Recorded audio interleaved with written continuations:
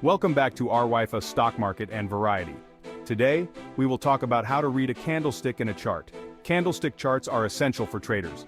Let's make sense of them in a snap. Candlestick charts might look tricky, but they're easier than you think. Each candlestick shows the price action for a specific time period.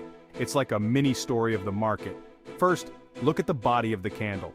If it's green, the price went up. If it's red, the price went down.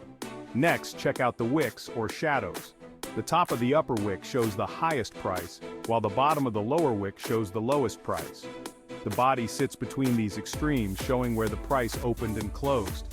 A long body means lots of price movement, while a short body means less action. Long wicks suggest high volatility, while short wicks mean stability. Now put it all together.